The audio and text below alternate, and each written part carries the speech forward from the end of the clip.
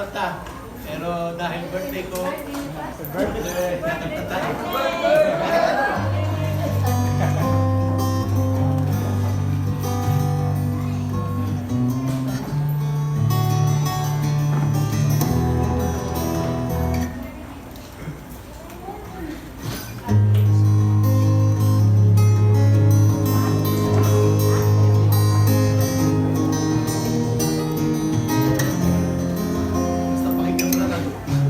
Test 1, 2, 3, wala to. Check. Test 1, 2, 3, hey.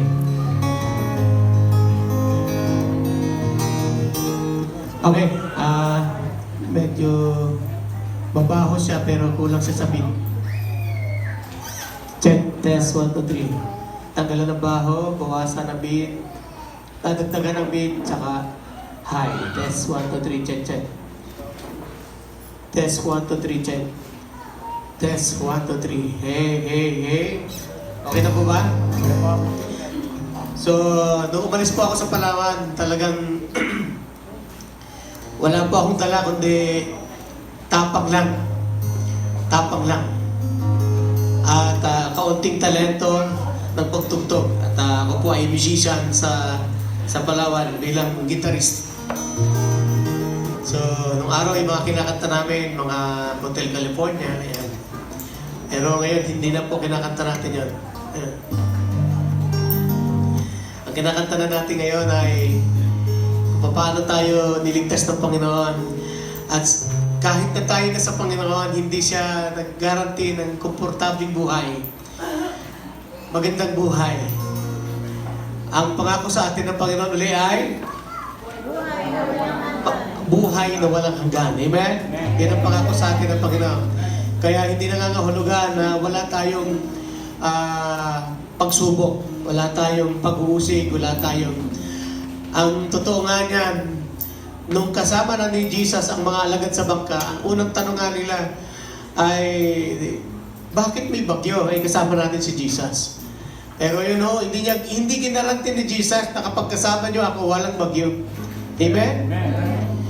Pero yung natanggap natin na eternal life, ang tawag pala dyan ay overcoming life.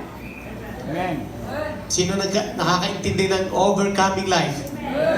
Yung mapagtagumpay, mapaniil, yan. Ibig sabihin, lumalaban na buhay. Amen? Lumang kanta ni Butcharbet, pero paborito ko pa rin siya.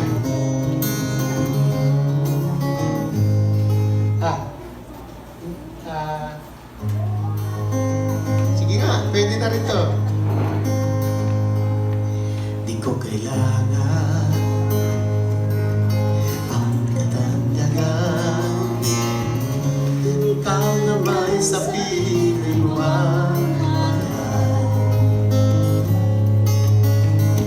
basta isip ko ang biging sa buhay, kahit ako'y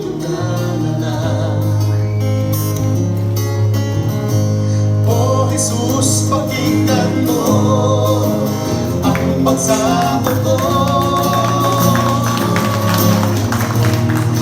Pag-ingatan mo ang landas kong patungo sa'yo.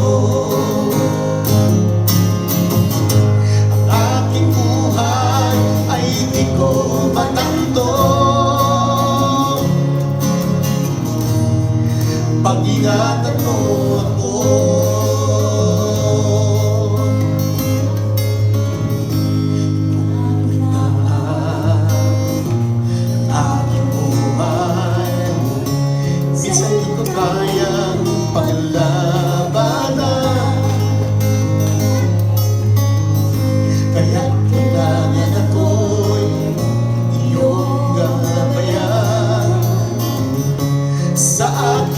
Paglalakbay. O Jesus, pakinggan mo ang pagsabot ko. Pag-ingatan mo ang landas kong patungo sa'yo. Ating buhay ay di ko matanto. Pag-ingatan mo ako.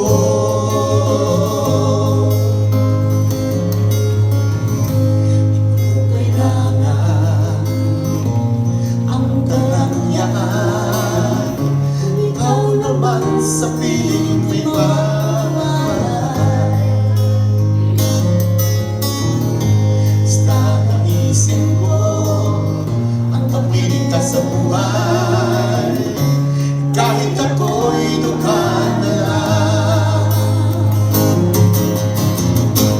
O Jesus, pakinggan mo ang pagsamo ko.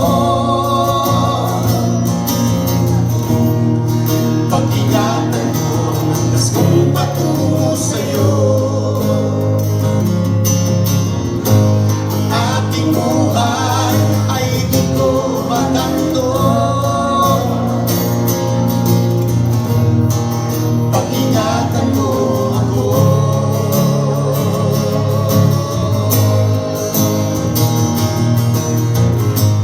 Oh Jesus, pakinggan mo ang pagsamo ko. Pag-ingatan mo ang kong patungo sa'yo. Ang aking buhay ay di ko matanto. Pag-ingatan mo ako, Jesus ko.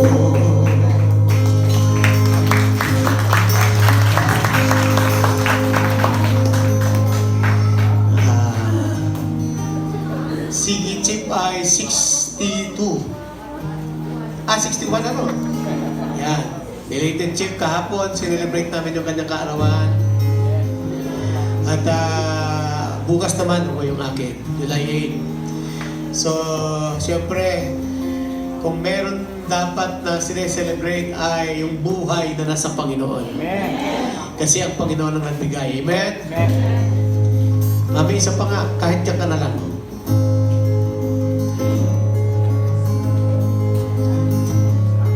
Samahan ninyo ako. Total birthday ko naman. Amen. Di ko man makita kagandahan ng buhay ko dito sa ibabaw ng mundong magulo. Ako'y patuloy maglilingkod sa Kanya, kailan may di ako magangamba. Kabiguan man lahat ng aking pangarap, mahal ko sa buhay, sa akin may mawalay. Ako'y patuloy maglilingkod sa Kanya, kailan may di ako magangamba. Pagkat aking alam, darating ang isang araw, pangarap ko'y matutupad. Walang sino man hadlang, ito'y sadyang ibinigay ni Jesus sa akin. Walang hanggang kasiyahan doon sa kalangitan at di pangarap lang. Tawagin Manila, ako'y isang panatiko at pagkawanat dahil kay Jesucristo. Ako'y patuloy maglilingkod sa Kanya, kailan may di ako magangamba. Sabay-sabay! Pagkat aking alam, darating ang isang araw,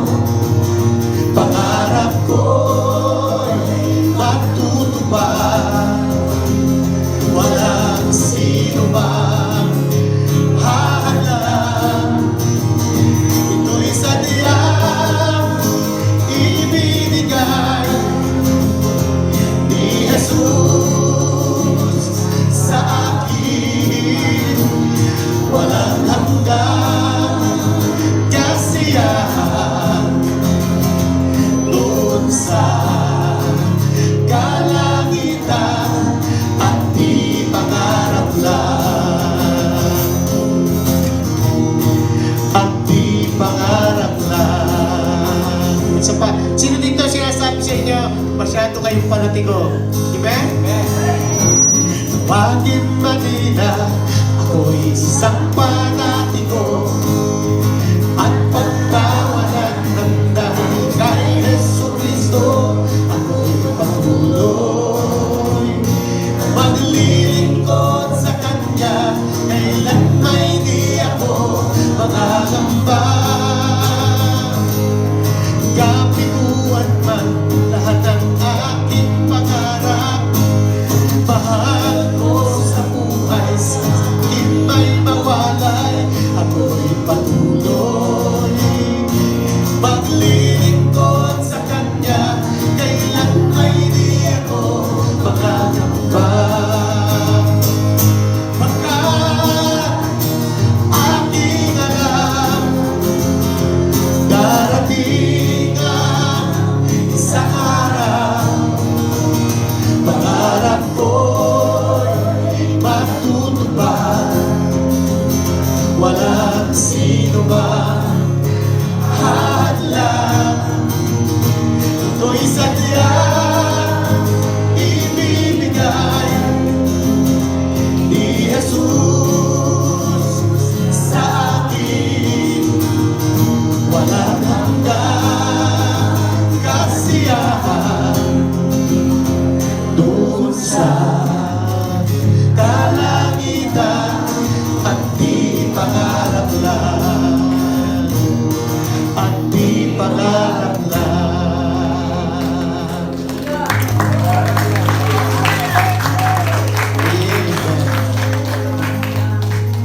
I was 17 years old nung umalis ako sa bahay. Nawalay sa aking magulang, mga kapatid. Pero totoo yun, ang sinabi ni Jesus, ang sino mang nais sumunod sa akin at hindi niya kayang tanggihan ang kanyang sarili, iwanan ang lahat, ay hindi nararapat sa akin. Magsabi ko, Lord, kung yun ang nararapat, iiwanan ko ang aking sariling sinilangan, yan, lugar na sinilanganan. At ano yun, 16 years old ako, nasa barko ako para maghanap ng magandang buhay, magandang bukas. Yun, nabalitaan ng nanay ko na hindi nga ako umuwi. Nabalitaan ko na lang na yung nanay ko lagi kumiiyak dahil, yun nga, kasi nanay ko lagi ang nakikinig ng kanta ko araw-araw. Yung pagigitara ko, hinahanap niya. Araw-araw pa naman eh. Tapos biglang wala. So, nasa barko ako noon, sabi ko, kailangan kong umuwi. At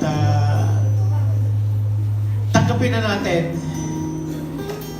Sabi mo nga sa katabi mo, tanggapin na natin. Dadarating ang araw na tayo magkakahiwa-hiwalay. At yun nga, sabi ko, pagkatapos ko nang makita nanay ko noon, diretso na ako sa Maynila. Yun, dinala ako ng tatay ko sa convention. At yun, sinurrender ko na yung buhay ko sa Panginoon. Alam niyo kung bakit? Yung barkong pinuntahan ko, sinakyan ko papuntang Malaysia, the time. Yun din yung barkong dapat sasakyan ko papuntang Maynila. May biyahe kami na mga, hindi ko lang alam kung furniture siya tayo. Pero alam nyo, hindi na ho ako nasama papuntang Maynila. Alam nyo po yung nangyari sa barko? Nawasak po yung barko. Lahat nasira talaga doon, nawala. Kaya sabi ko kung nasama pa ako doon, baka nadisgrasya ako. Buti na lang, may plano ang Panginoon.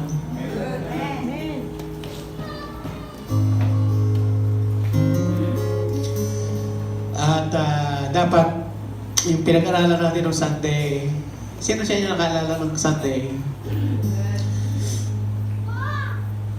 Sino nakaalala ng Sunday?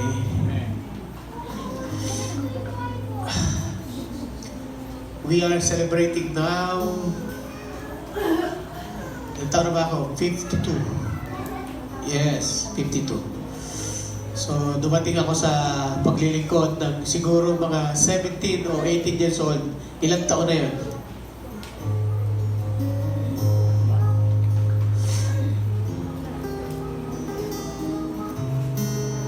Pakitulungan nyo nga ako, ilan?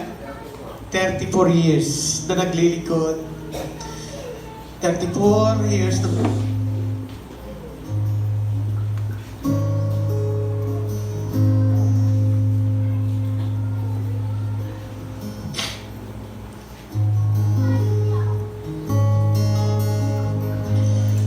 Ayan, 34 years. 34 ba talaga? Ayan. Kalungkutan, ikatuwaan,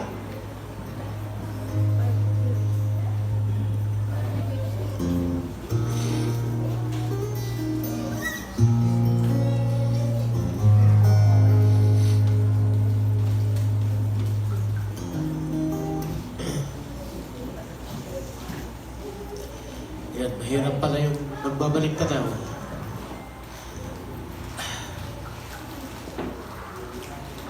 Hindi ko mapigil na hindi ako lumuha. At yan.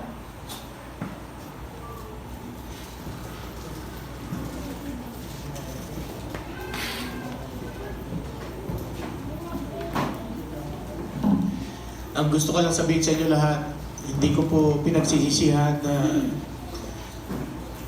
makilala ko si Lord at gawin siyang Panginoon at Hari ng aking buhay. Sa loob ng 34 years, araw-araw tapat ang Panginoon. Amen.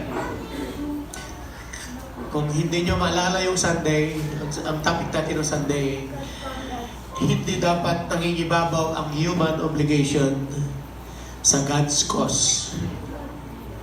Sa kingdom cause. Naalala niya? Sabi ng isang alagad, Lord, gusto ko sumunod sa iyo, pero yan mo muna, umuwi ako. Kasi papalibig ko lang yung tatay ko. Sabi niya, sabi ni Lord, hayaan mo yung mga patay ang maglibig sa kapwa patay. Ano ibig sabihin nun? Sino yun nandito nung Sunday? Yung mga hindi mananampalataya ay patay kay Kristo yun spiritually. Hayaan mo silang maglibig. Yan. At sumunod ka sa akin. So, ibig sabihin, ano man yung ang pagtupad ng obligasyon sa magulang, mabigat to yun eh. Ako po ay panganay, kaya alam ko po yun. Mabigat siya dahil, di ba, pagkapanganay ka, sino yung mga panganay? Yan. Meron kang human obligation. Alam mo, hiya mo tay, hiya mo nay, sisikapin kong mapaganda ang buhay nyo. At pag-alis ko, pagbalik ko, hindi na ganyan. Eh. Di ba, sino sa inyo nangarap para sa inyong family? Pero sabi ng Bible, hindi yan dapat nagko-collide, hindi siya dapat nagko-conflict. Pag nag-conflict siya, dapat pipiliin mo pa rin yung God's cause. Amen. Mamaya, i-elaborate ko sa inyo minsan kasi maraming tao, Christian, kaya maraming Christian ngayon, hindi talaga lubusang maranasan ang biyaya at pagpapala, bahid ng Panginoon. Kasi sa totoo lang, wala naman talagang iniwan. Wala pa talaga siyang iniwan. Sino dito may iniwan ka na? Iniwan mo talaga. Literal na iniwan mo. Ibig sabihin, walang hahadlang sa pinakamataas na paglilingkod na pagkatawag ng Panginoon. Amen? Sabi niya, ang kamatayan ba, ang kahubaran ba, Romans chapter 8, di ba? Ang taba, kahit mga anghel, sabi niya, hindi yan makapaghihiwalay sa ating paglilingkod sa ating Panginoon. Amen? Amen.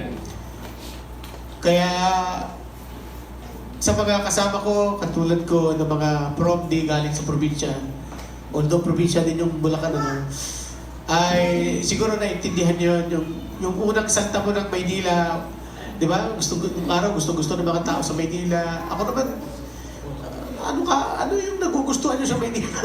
Daming tao, sobrang dumi ng puso, tapos, di ba? Daming mga kriminal, daming tao, daming kriminal dyan, daming hold-upper dyan, di mo pa mapagkakatiwalaan mga kapitbahay mo. Yan yung dumi, lalo ngayon, social media, kung sino pa yung pinagtitiwalaan mo, minsan. Hindi ko nagustuhan ng Maynila. Kaya nandito ako sa probinsya. At ang baon-baon ko lang ay yung pag-asa na hindi ko alam kung saan ako papalarin, saan ako papapadpad. Hindi ko hinagap sa hinagap o kaya ay sa pangarap, marating ko yung Bulacan. Wala yan. Pero isa lang masasabi ko, hindi ako iniwan ni Jesus. Along the run, hindi siya madali. Hindi siya madali. Kaya may isa akong paboritong kinakanta eh. Kasi nakaka-relate ako doon.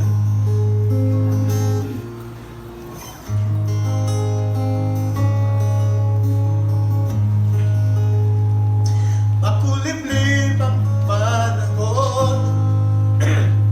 Hirapan.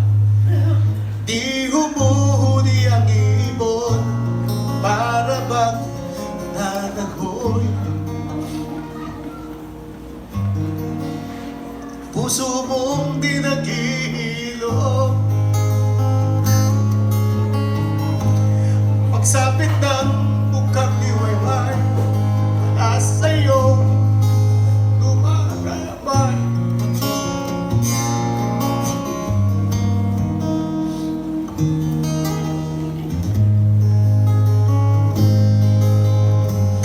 Tila ba walang pag-asa, tila ba mundo'y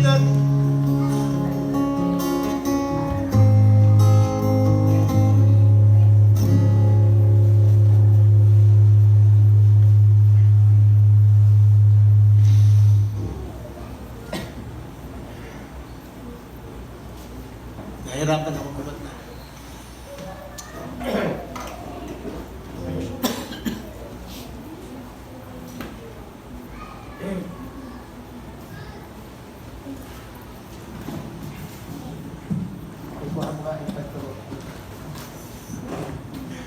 Testing, 1, 2, 3.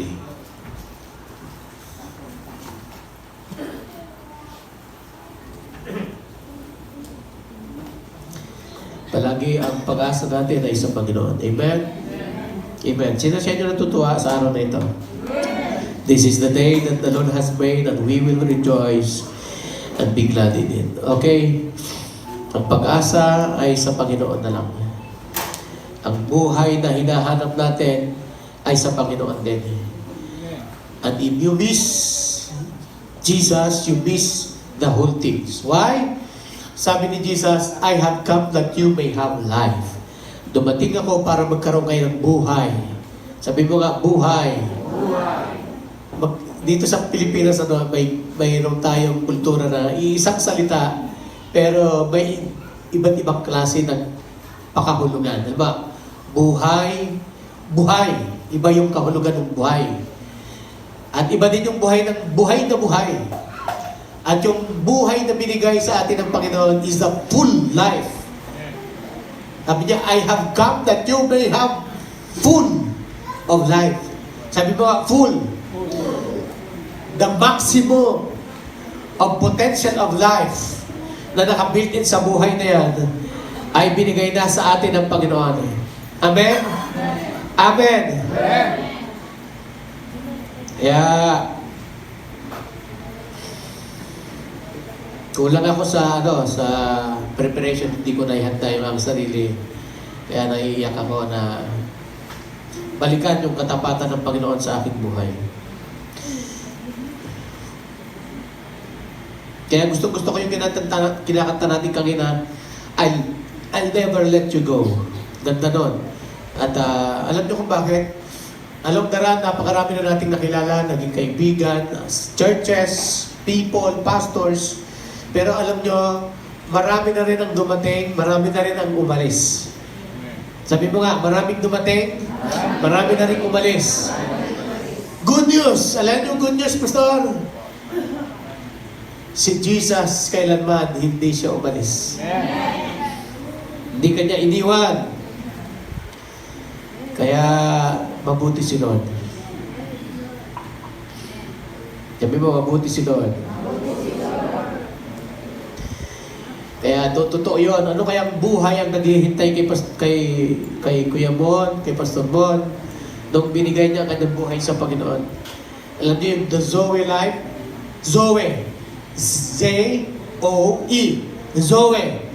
Actually, ang Zoe ay the life that God given to us. Sabi mo nga, Zoe. Zoe. Ang buhay na yan, ang author niyan si Lord. Actually, para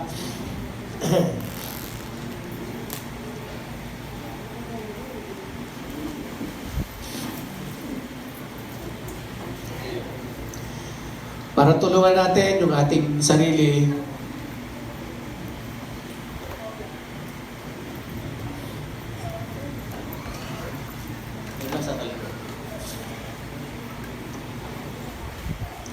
sino sa inyo may buhay. Sabi mo nga sa katabi mo, galaw-galaw ang may buhay.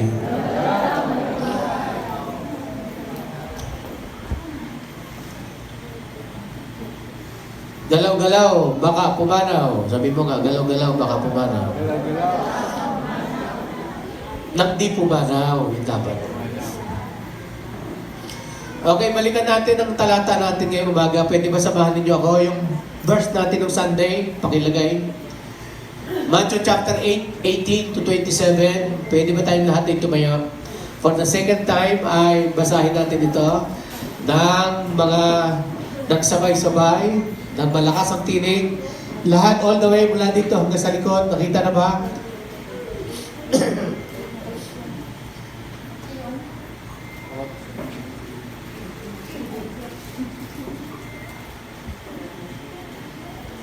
Okay, kung di pa makabukas dito, sa Bible nyo, tingnan nyo, chapter 8, verse 18 to 27. Nang makita ni Jesus ang mga tao sa kanyang paligid, iniutos niya sa mga alagad na maghandang tumawid sa kabilang ibayo. Lumapit sa kanya ang isang tagapagturo ng kautusan at sinabi, Guro, sasama po ako sa inyo, saan man kayo pupunta. Ngunit sumagot si Jesus, may mga lungga ang mga asong gubat at may mga pugad ang mga ibon. Ngunit wala man lamang matulugan o mapagpahingahan ang anak ng tao. 21, isa naman sa mga alagad ay nagsabi sa kanya, Panginoon, maaari po bang umuwi muna ako upang ipalibing ko ang aking ama? Ngunit sinabi sa kanya ni Jesus, maglingkod ka sa akin at ipaubayan mo sa mga patay ang paglilibing ng kanilang mga patay. Sumakay si Jesus sa bangka, kasama ng kanyang mga alagad. Habang sila'y naglalayag sa lawa, si Jesus ay natutulog. Biglang bubugso ang isang malakas na unos at halos matabunan ng mga alon ng bangka. Dahil sa labis na takot, si Jesus ay nilapitan at ginising ng mga alagad. Panginoon, tulungan ninyo kami. Lulubog tayo, sabi nila. Ngunit sinabi niya sa kanila, bakit kayo natatakot? Napakaliit naman ang inyong pananampalataya. Bumangon siya, pinatigil ang hangin at ang mga alon at bumuti ang panahon. Namangha silang lahat at sinabi, ano ang kayang uri ng taong ito? Maging ang hangin at ang lawa ay sumusunod sa Kanya. Tayo pong lahat ay manalangin.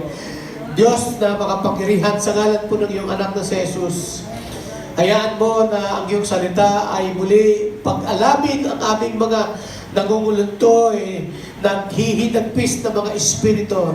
At higit sa lahat, revive us today, Father God, as we commemorate your divine commandments to us, Lord God, as we disciples your people together, Lord God.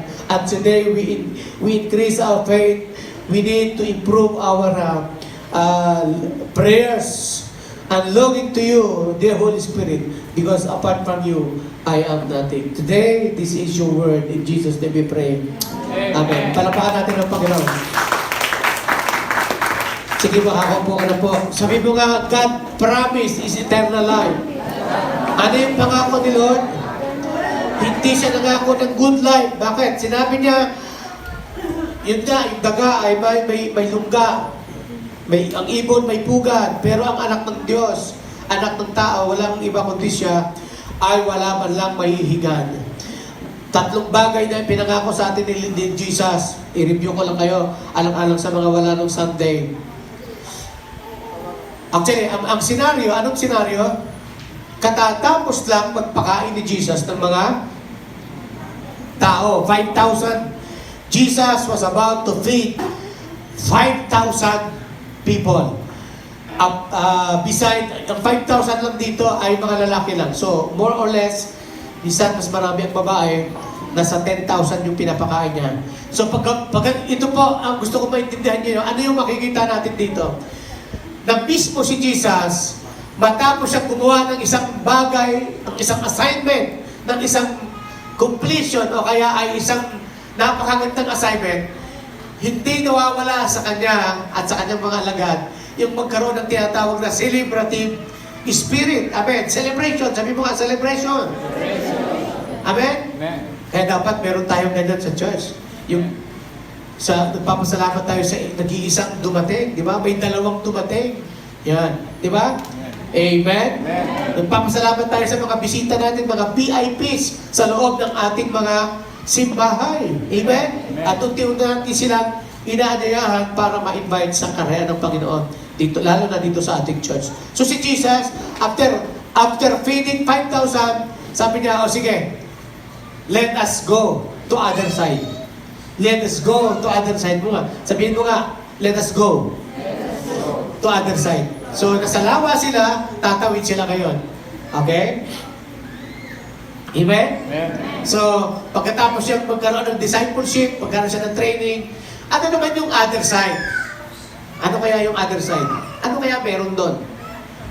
Para umalis sa crowd ng maraming tao, which is nag-fulfill sila ng mga duties, di ba? Yung mga tao. Anong kailangan mo? Healing po. Anong kailangan mo? May sakit po ako. Kailangan ko po, may galing po ako sa tatay ko. Yan. So lahat na nag-perform sila ng duties dahil meron silang simbahay na ginagawa, di ba? O kaya samba nila sa ilang.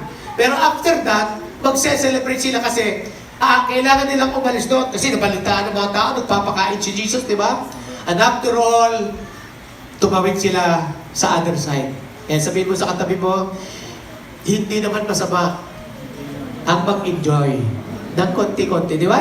Yung bang tulad ng birthday kahapon ni Chip, magpahinga naman tayo, Chip. Yan. Wala mo nang mamimilmit, wala mo nang magtatrawa. Di ba? Hello? Total birthday mo naman. Amen. Kaya pag kami, o katulad niyan, sabi ko, mami, ano ba bukas? Fasting? Fasting daw kami bukas eh. Talagang gano'n. Pag merong isang tagumpay na gawain, isine-celebrate natin sa ating kalagitnaan. Amen? Sino dito naniniwala nagtagumpay ka sa ngayon sa araw na ito? Everybody said, amen? Nagtagumpay ka sa bahay, nagtagumpay ka sa buhay, nagtagumpay ka sa mga ginagawa. Alright, so balikan natin. Ang discipleship ay nakikita natin na napakahalaga, no? Ano yung tatlong pinangako ni Jesus? Not a comfortable life. Kasi bakit sinasabi ng hindi komportableng buhay? Ano yung pinangako ni Jesus? Hindi beautiful life or comfortable life. Bakit? Kasi posible ba? Posible ba na ang mga tao ay susunod kay Jesus dahil sa pangakong magandang buhay? Pwede, di ba? In fact, si Jesus ay di-discourage niya ang kanyang mga disciple. Amen? Sandali lang. Sabi niya, Lord, susunod ako sa'yo. Teka. Hindi mo alam yung sinasabi mo. Sabi niya, hindi niya di-encourage, di-discourage niya. Sunod ka sa akin, wala akong bahay. Actually, nung sila po ay sinisingil ng buwis, wala silang pera. Naalala niyo yan? Wala silang pera, wala silang pambayad ng buwis. Sabi niya kay Pedro, punta ka sa lawa. Meron nung tilapia. Pag nahuli mo yung tilapia, sa bibig nun, may ginto. Yun ang ibayad mo. Yung silver na makukuha sa tilapia. Imagine, wala siyang pera. So, dinidiscourage niya lahat ng mga sumusunod sa kanya. Ito dapat matanim sa isip natin. Kung ano si Jesus, dapat ganoon din tayo. Pero hindi nangangahulugan na hindi siya umawak ng pera. Ang sinasabi lang niya, hindi komportable ang buhay ng paglilingkod sa Panginoon. Amen. Amen. Pero along the run, dahil kahit ganyan yung nangyari kay Jesus, He reached out people after people. Marami pa rin ang lumapit at naging disciple. Nagpakain siya ng 5,000, nagpakain siya ng 10,000. 3 accounts sa Bible, 3 beses na nabilang na si Jesus ay nagpakain ng crowds. 2 isda sa 3 tinapay. 3 accounts yun eh. Kaya nabalita ng mga tao, may gumagaling na balitaan yan, kumalat. Pero sumusunod sila. Kaya lang, dahil may pakain. Naalala nyo, nagpapakain din tayo. Kaya posible ba pagka ang tao ay napakain, susunod? Of course, pwede, di ba? Napakain eh. Pero lahat ng yan, ibig sabihin, holistic approach, walang problema. Ang problema lang, dapat maintindihan ng susunod sa kay Jesus na hindi puro sarap ang buhay na nasa Panginoon. May kasamang sakripisyo. Sabihin mo nga, sacrifice. Sino sa inyo may mga sakripisyo na kayong na-invest? Amen? May in-invest ka na sa Panginoon. Yung hirap. Minsan, ako nakita ko to personal. Itong mga lalaki dapat matino. Kung matino ang lalaki, sino dito ang matinong lalaki? Ang matinong lalaki, hindi siya pumapato sa yung babae na lalapit. Tama ba ho? Gusto naming mga lalaki, pinaghihirapan. Hindi naman ho ako kagandahang lalaki. Pero may mga ganyang mga bahaging din eh, may mga ganyan-ganyan. At nadidisappoint kaming mga lalaki pagka ang babae ang nag-a-approach. Amen? So, yun, siyempre ang lalaki, di ba? Gagawa ka ng effort kung paano mo siya makilala. Tapos gagawa ka ng pagkakataon na pag nakakonect ka na sa kanya, makakilala mo na siya. Pag kukonect ka sa kanya, di ba, manliligaw ka. Ay, paano pagka ang katulad ni Ate Amy, naliligawan mo, mayroong isang ama, ang tawag sa tatay niya ay ama, na may dalang bakal. At babantaan ka, babasagin mo ulo. Huwag kang loloko-loko. Manliligaw ka pa rin. Pero alam niyo po, yung mga bagay na nakuha sa isang easy to get, easy to forget, di ba? Yung bagay na nakuha sa madali ding pawalan. Pero yung mga taong naghirap, nag-invest, yun yung mga hindi nawawala. Kasi may puhunan na siya. Alin yung puhunan? Nag-invest ka sa buhay niya, di ba? Hindi mo maiwanan kahit na inaaway ka. Hello mga asawa, di ba? Hindi naman nahirap. Ikaw ang nahirap. Talagang may hugot si Day kahit kailan. Hindi pa natapos yung hugot ni Day. So, ito pong mga disciple na ito ay pattern ng paano mag-disciple si Jesus hanggang sa ngayon ganyan pa rin. Kaya yung mga disciple dahil na-attract lang siya, dahil pinagaling siya, o kaya binigyan siya ng bigas. Sino sa iyo, inabutan kayo ng bigas para lang magkaroon ng masama sa Bible study o kaya sa gawain. Di ba? Inabutan ng mga groceries. Ginagawa din naman natin yan eh. Pero yung mga taong kadalasan na inakuha sa mga bigay-bigay, pag nawala na yung ibibigay, di ba? Posible na wala na rin. Wala na rin. Pero yung mga taong nag-invest, sabi mo nga nag-invest, may pinuhunan, di ba? Hindi mo mapapawalan, di ba? Naalala ko po yung isang kaibigan nating bishop. Yung bishop na kaibigan natin, ito actually yung bishop na yan yung nag-ordain sa amin. Wala kasi si Bishop Israel nung panahon na yun. Kami ay na-ordain sa bishop na ito. At, pero, to make the long story shortcut. Yung bishop nito, napaka-generous ng church nila. Napakaganda ng church. Sila lang yung may church na may helipad. 7-story yung church nila. Talagang napakaganda, very accommodating ng church nila.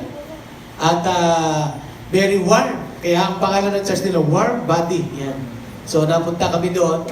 And then one day, nagka-problema yung ating bishop na ito. Nagkasala.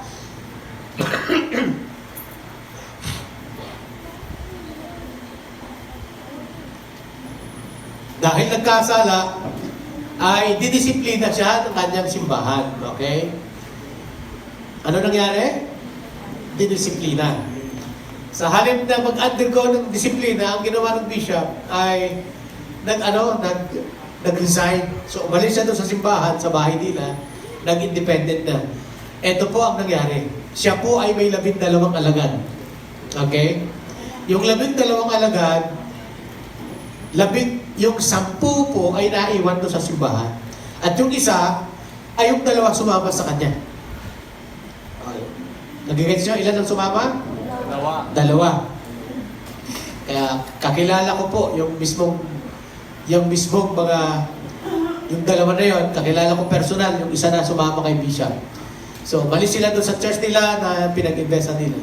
Pero, ang nagmamarka sa akin ay yung nag-iisa, yung isa kasi matanda na, pero very loyal siya kay Bishop. Pero yung isang ito, sumama kay Bishop, kaya lang later on, bumalik siya doon sa church. At nung tinatanong siya ng mga kaibigan nating mga pastor, bakit ka po bumalik sa simbahan? Alam niyo kung ano sagot ng tao ito? Ang sagot lang niya ay simple. kasi po, malaki na ang investment ko sa simbahan namin. Siguro hindi niya makalimutan yung poste ng church, sinagot niya. Di ba? Doon sa church nila, sikat na sikat, may marble lady. Alam niyo yung marble lady, taga-Romblon siya. Siya ang nag-donate ng lahat ng marble sa church nila. Kilala ko po yun. Siya yung treasurer ng church nila.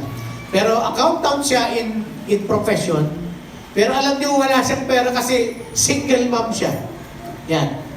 Pero dahil nangako siya, binigyan siya ng faith ni Lord na magagawa niyang mag-pledge ng 4M para sa marble ng kanilang church. Alam niyo po, naghimala ang Panginoon. Ang sweldo lang niya maliit. Nalaman ng boss niya na magdodonate siya ng 4M na marble. Sabi ng boss niya, sige, wala ka namang kakayahan. Sabi niya, yung taong ito, empleyado ko lang, pero magdodonate ng 4M sa church. Sabi niya, sagot ko na yung kalahati. Sabi ng boss niya, kinchik. So, alam na rin, binabayaran, nag-iipon na si sister para bayaran yung kanyang pledge. Yung nagdi-deliver po ng marmol, nalaman siya niya, sagot ko na yung 30%, so 70% na lang.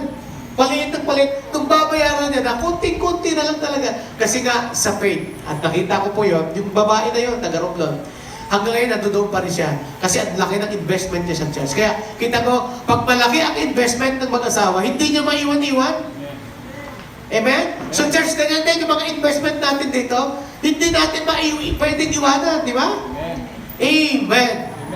Nagiging memorable, nagiging makasaysayan, di ba? Sa buhay natin, yung mga ininvest nating biyaya sa lapi at buhay. Mismo buhay ang itinaya natin. Amen? Amen. May kausap pa si Pastor? Amen. So, yung mga alagad, ganyan din eh. Hindi madali sa Panginoon sumama. Pero alam nyo, maraming excuses. May isang alagad ang Panginoon na nag-apply. Pero alam taran, nung sinasabi ni Jesus, ang tungkol sa discouragement, sabi niya, Lord, paano pa makamtan ang buhay na walang hanggan? Alam niyo sagot ni Lord? Ibigin mo, sinabi ni Lord yung golden commandment. Ano yung golden commandment? Sabi niya, ano yung golden commandment? Love the Lord thy God with all your heart, with all your mind, understanding, and sabi ng mayabang ito, sabi niya, Panginoon, bata pala ako, ginagawa ko. Sisiyo. Ang galing ginagawa ko na yan. O sige, sabi niya, nalaman ni Jesus, habang nagsasalita yung lalaking ito, na siya pala ay hindi lang mayaman, kundi ubod ng yaman. Sabi niya, sige, para maging karapat-dapat ka, ibenta mo yung kayamanan mo, at then, sumunod ka sa akin. Ano kondisyon? Pwede ko bang tanungin kayo lahat? Sino dito yung mayaman? Meron ba kayong ibinenta para lang makasunod sa Panginoon? Di ba wala naman? At hindi mo kailangang magbenta. Yung mayaman, yun ang requirements. Pero tayo, susunod na lang. At nahihirapan pa. Amen. Amen. So, sabihin mo nga, hindi mahirap sumunod sa Panginoon. Sino yung nahihirapang sumunod? Yung maraming excuses, maraming kadadahilan, di ba? Okay. Kaya minsan, may sakit, may problema. Saka na lang po ako susunod sa Panginoon, di ba? Saka na lang ako maglilingkod pag wala na akong problema. Hindi totoo yan. Kasi hindi naman talaga nauubos ang problema. Tama? At yung tao, yung lalaki na ito, na sabi niya, susunod ako, may patay lang ako, ililibing ko lang. Hindi naman totoo may patay. Sabi ng mga Bible scholar, alam niyo kung bakit? Kultura sa Israel, na kapag may patay kayo, hindi kayo pwedeng sumalo. Makipagsalabuha sa maraming tao. Ituturing kang marumi nga pag gumawa ka sa patay. Kaya wala silang talagang patay. Ano ibig sabihin nun? Excuse lang. Di ba marami sa atin ganyan? May cell group tayo. May labahin po ako Sabihin mo ngayon ka-anak, wala ako. Di ba? Tinuturuan pa natin yung mga anak natin. Pero ang totoo nun, gumagawa lang ng dahilan. Amen? Buti na lang, yung lahat ng sumunod sa Panginoon, may mga requirements, dinidiscourage ni Jesus, susunod ka sa akin. Alam mo, sabi niya, hindi madali. Pero ang ginagawa ng mga tao, nagpupumilit. Tingnan nyo, alam nyo ba yung mayaman, ang resulta ng mayaman? It takes a year, and a month, and a year, and a month. Ibig sabihin, gumugol pa siya ng ilang panahon, tsaka niya natanggap na kailangan pala niyang ibenta ang yaman niya para lang makasunod sa Panginoon. At naging alagad din siya ng Panginoon. And all the way. Tayo, wala na tayong ibebenta. At wala din tayong iiwan. Sino sa inyo natutuwa, wala kang iiwan? Amen? Amen. Amen. Ano lang dapat iwan? Yung luma nating buhay. Iwan natin yan. Ako po, ang pangarap ko talaga nun, magja-Japan ho ako. Kaya hindi nagkamali yung mga taga-Kalumpit nung sabihin, nung nakita ni Ate Amy, inaalok siya, sabi niya, alukin mo nga yung hapon na kasama mo. Nag-prutas yan. Napagkabalan po ako hapon. Ibig sabihin siya, hindi payoki. Loko yun Wala na yata doon yun. Namatay. Kilala ni Ate Divine yun.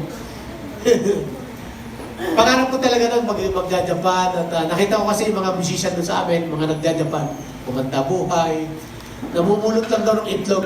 Itlog pala ng mga Hapon. Ayun, may manaro sila noong una pero wala din.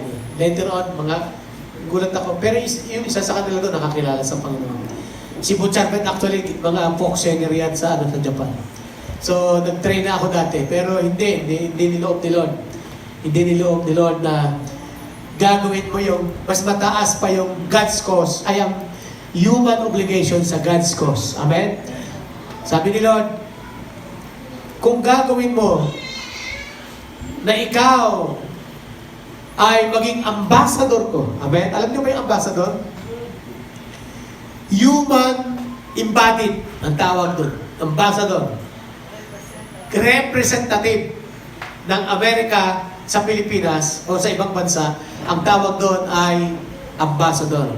Yung lugar na kanyang kinatitirikan ng kanyang opisina, ang tawag doon ay US Embassy. Pag tumapak ka sa US Embassy, tumapak ka sa Amerika. Nagigets nyo? Ano ang maganda sa ambassador? Alam nyo ba na may immunity ang ambassador pagdating sa expenses? Wala siyang bill. Bakit? Sagot siya ng bansang nagpadala sa kanya. Pag merong kagalit siya, bansa niya ang kalaban mo. Kaya oras na may kinagalit mo yung ambassador at tumapa ka doon, pupunta ka doon sa embassy nila, bansang Amerika ang kalaban mo. At yun ang nangyari sa isang ambassador. Tayo po yung mga ambassador. Tayo mga naging alagad. Kaya hindi mo problema pag-aaral ng anak. Amen? Hindi mo problema ang bahay. Hindi mo problema ang pasasakyan. Kasi sagot yan ng bansang nagpadala sa'yo. Sabi ko nga kanina, hindi ko pinagsisiyan. It's been 34 years na ako ay umalis sa bahay at naglilingkod at patuloy pa rin naglilingkod sa Panginoon. And everybody said, Amen. kaya yung pagiging alagad ng Panginoon, seryosong bagay, hindi po ito pinagsasawalang bahala o sinasantabi. Dapat maubos ang member, lahat ng member maging disciple.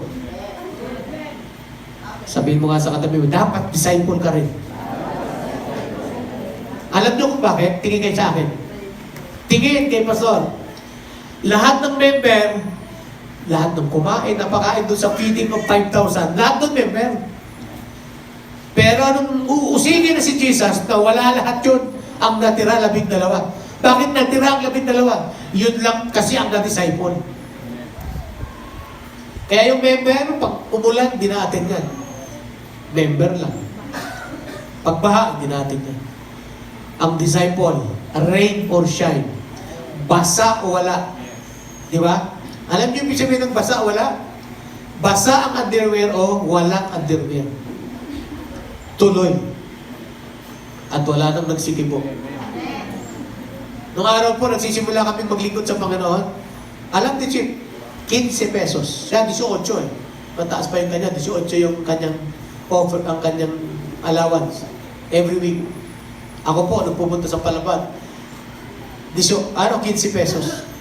Tapos naging 30. Nung nasa Hagunay na ako, naging 50. Pero, bago tumaas yung mga allowance, kaya nga allowance. Ala na, once pa. Di ba alam niyo yung ibig sabihin ng allowance? Ala na, minsan lang. Kaya nga, hindi magandang buhay, sa totoo lang. Hindi comfortable life. Hindi nakafix yung mga bagay-bagay.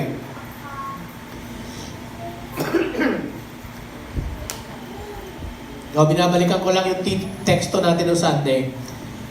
Ano yung unang pinangako ni Jesus? Hindi komportable buhay. Ang ikalawa, buhay, pinaprioritize niya ang kanyang kaharian. Ang pangako niya, unahin mo yung aking kaharian at lahat ng bagay idadagdag ko sa iyo. Matthew chapter 6 verse 33. Okay? So, tingin kayo sa akin. Ang mga alagad, may kanya-kanya profesyon.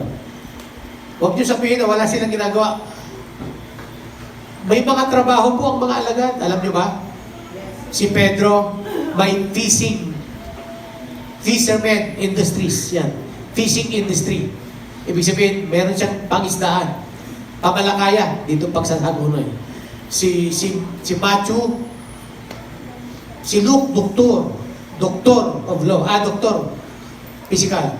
Si John, lahat ng nandoon, walang tambay. Alam nyo ka, ang prinsipyo ni Jesus, huwag kang mag-hire ng mga standby.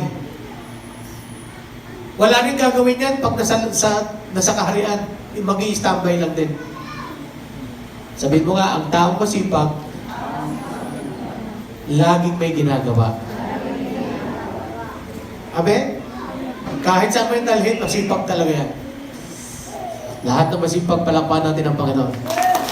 So, ang hinahir ni Jesus ay mga alagad. Sabi niya, at yung hinahir niyang maging disciple para maging incorporator dun sa kanyang company na itinayo ay yung mga alam niyang ipaprioritize yung kanyang kaharian.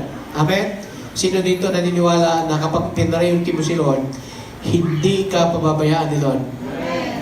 Ano yung unang kailangan pangako? Yung pangako ni Jesus na kapag inuna mo siya, hindi ka niya pababayaan. Sabi niya, pauwi ko muna at ipalibing. Sabi ni Lord, hindi, wala naman talagang patay. Ihaya mong maglibing ang mga patay sa kapwa patay. Dapat, ang sinasabi lang ni Lord, huwag dapat mataas ang ating turing sa anumang human obligation. Amen?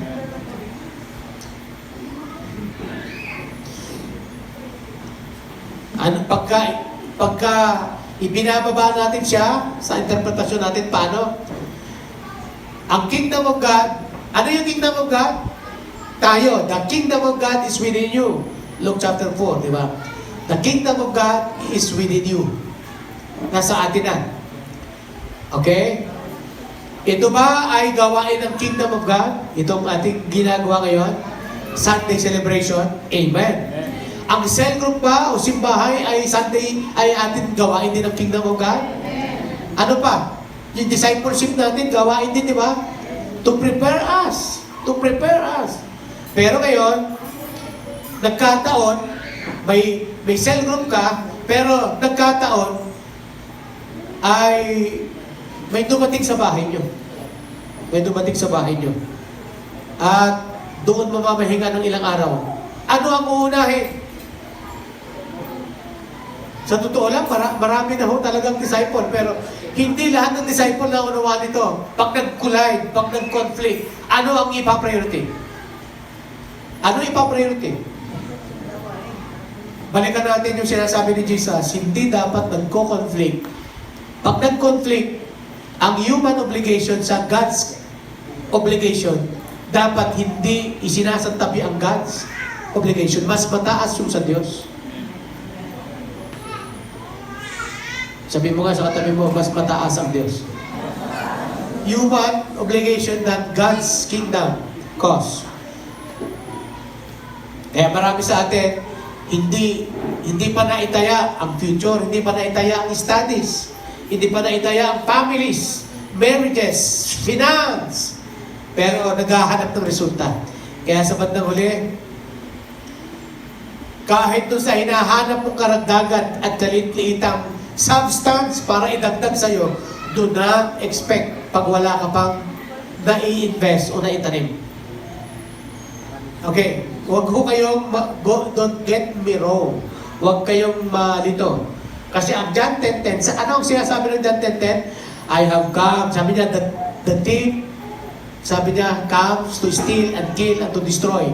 Ang magnanakaw daw ay dumating para magnakaw, pumatay, at magwasak. Pero ang anak ng Diyos dumating para bigyan tayo ng buhay. Ano binigay ni Jesus? Buhay. Sino may bigay ng buhay na to? Jesus. Tanungin mo ngayon katabi mo, kanino yung buhay na yan? Sa'yo ba yan? Sa'yo ba yan? Buhay mo ba talaga yan? Hindi. Hiram na. Hiram mo sa Diyos. Kaya pag binawi ng Diyos, hindi ka makapagmamalaki. Hindi mo pwedeng ipagkait. Ako nga, ang sinasabi ko sa'yo naman to Lord Hindi dapat ikaw ang mamunini dito sa buhay na to. Makinabang ka na gusto kasi sa'yo to Pinakinabangan ako ng mundo, pinakinabangan ako ni Satanas noon. How much more ngayon, bibigay ko to sa'yo. Ikaw ang mamumuni. Magsasawa ka sa akin. Sino ba nagsabi niyan?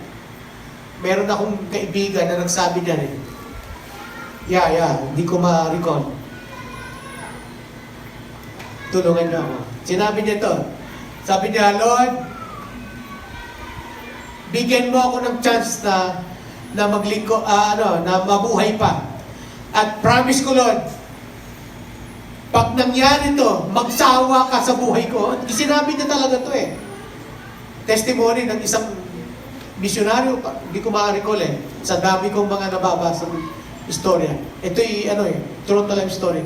Sabi niya, Lord, promise, pag pinagaling mo ako doon sa cancer na to, sabi niya, promise, magsawa ka sa buhay ko. At hanggang ngayon, si Dong Campoy na lang sabi niya. Hindi. Pero ako honestly, totoo yun Kanino yung buhay? Nagkakaintindihan ba tayo? Kanino yung buhay mo? Hiram. Kay Lord. Hiram sa Diyos.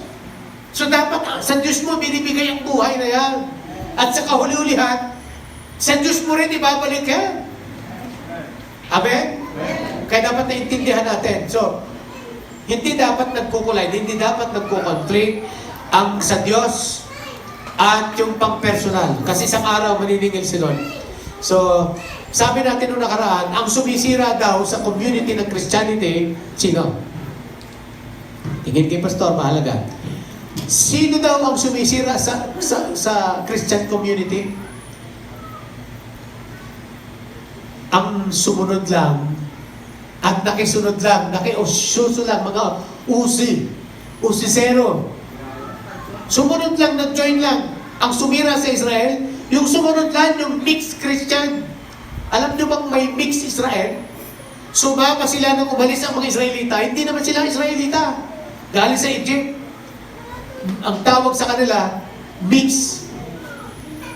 Mga halo, hindi puro. Kaya alam nyo, yung sinisira sa community ng Christianity, alam nyo, yung mga nag-aalanganin, nakakita ng himala, sumama. Nakakita ng maganda, sumama. Pero along the run, may turbulence, tanggapin na natin, may problema talaga. Amen? Sabihin mo nga, likas ang problema sa buhay. Lalo na kapag Kristiyano ka, natural na ang problema. Bawat hinga, ang pagtulog natin may mga problema. Di ba?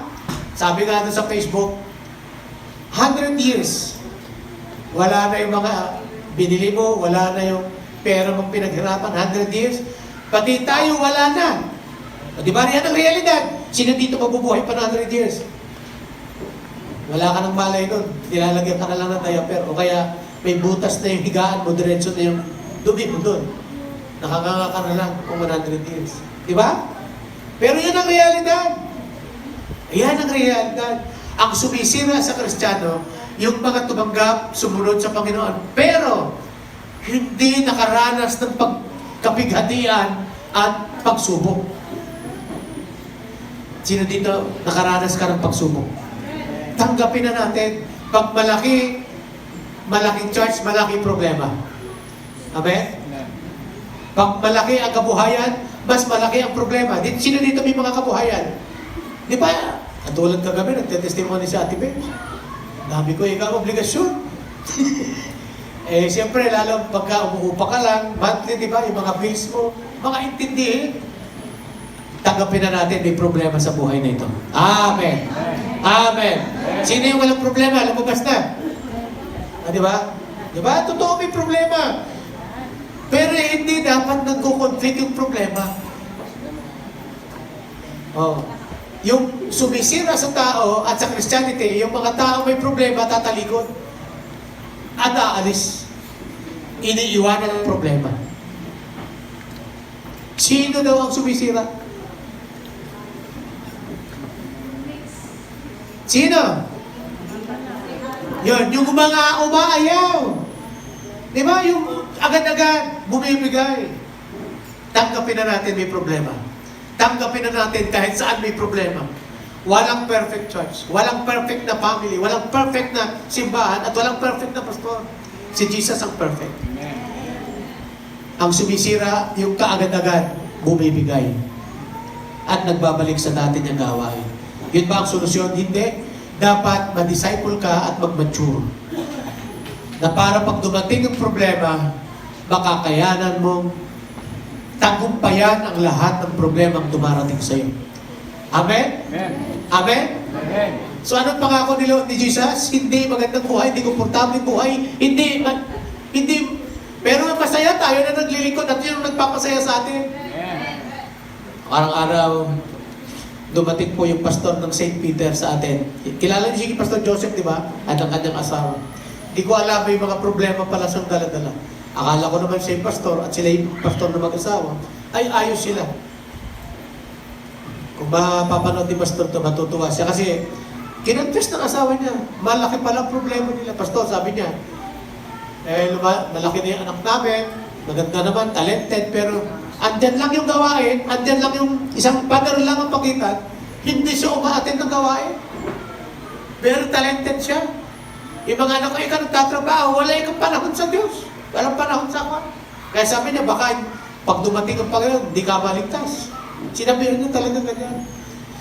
At nagkakaproblema sila dahil si pastor, ang inaasikaso na lang, puro patay.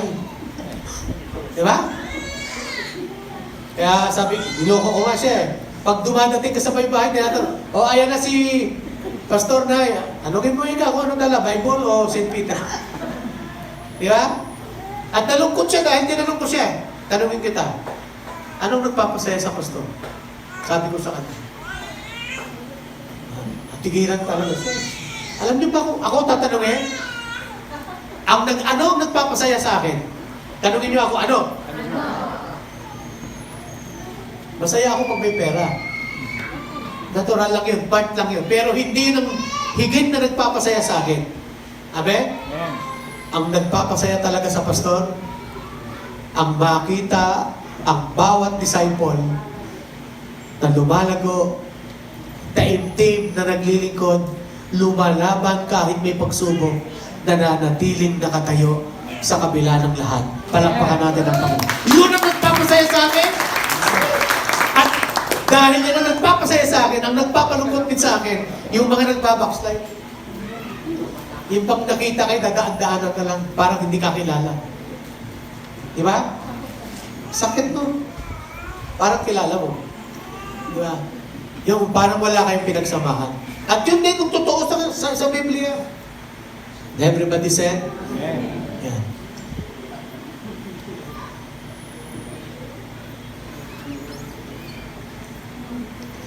Ang pangatlo na sinabi ni Jesus ay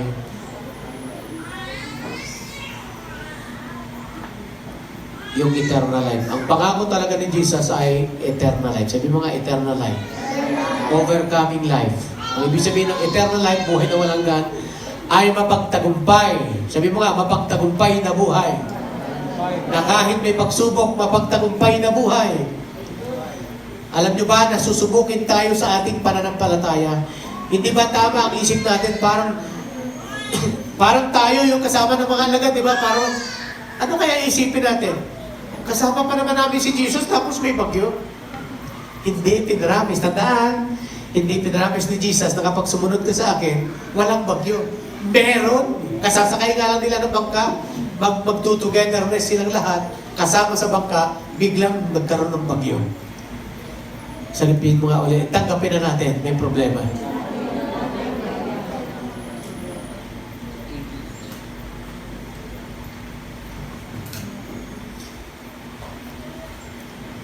Ano kaya ang ina-expect sa atin ni Jesus at sa mga alagad? Na kapag dumadating ang problema, ano ina-expect? Sige nga, tulungan niyo ako. Ano kaya ang inaasahan sa akin ni Jesus na kapag dumating ako sa problema o bagyo, anong gagawin ko? Ano ina-expect ni Jesus sa'yo? Sige nga.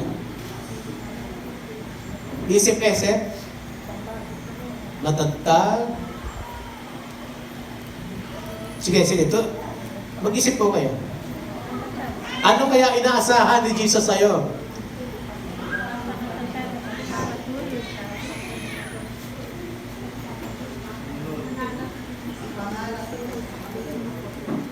Hindi nga, may bagyo nga eh. Na kapag dumadating ang bagyo, ano kaya ina-expect ni Jesus sa'yo? Ano? Mapagtagumpayan ang bagyo.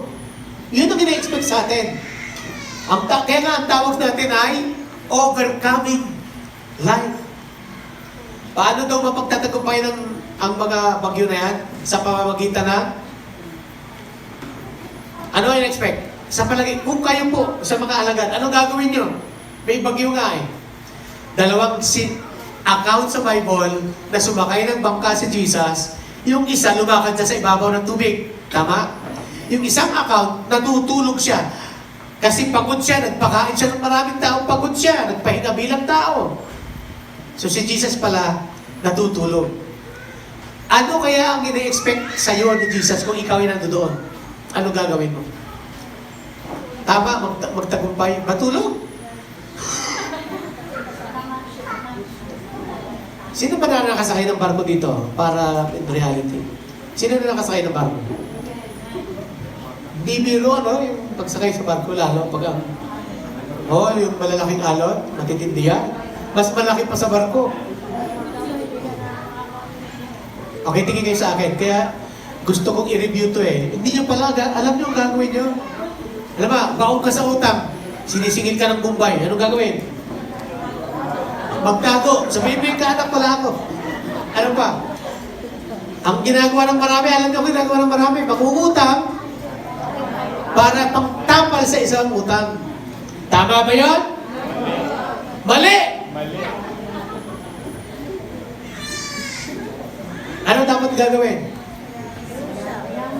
Pakiusap? Ano ang dapat gawin? ng isang alagad.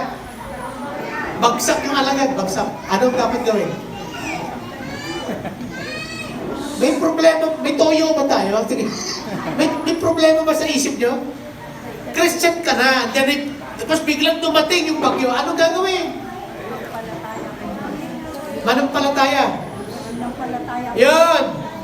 Dapat, kung anong meron ka, gamitin mo yung pananampalataya. Kasi nga mananampalataya ka na, use God o Jesus expect na gamitin mo yung pananampalataya mo para harapin ang problema. Nagamit nyo na ba yung pananampalataya? Nagamit nyo na? Na-try nyo na? O natataranta tayo? Sino dito natataranta? Natatakot? Meron akong alagang aso. Pag natataranta siya, lalo na pag dumadating ako, naiihi siya.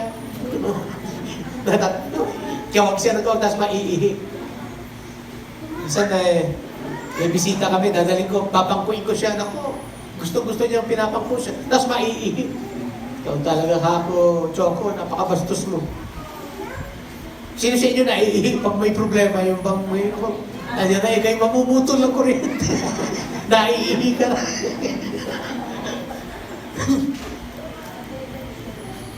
Sabi ni Jesus, inaasahan niya na gagamitin niya. Bakit? Tingnan niyo yung talata. Tumayo si Jesus. Sino ang muna niyang sinaway?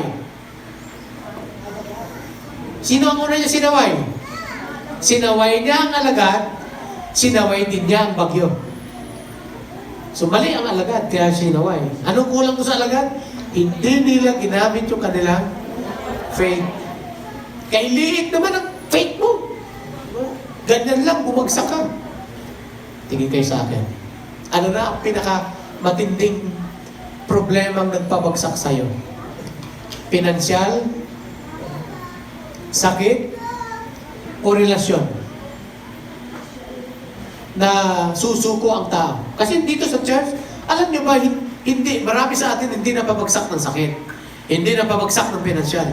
Pero sa nasirang relasyon, umayaw, bumagsak. Di ba? Tama po ba ako? Pag nasira na yung relasyon, ayawan na.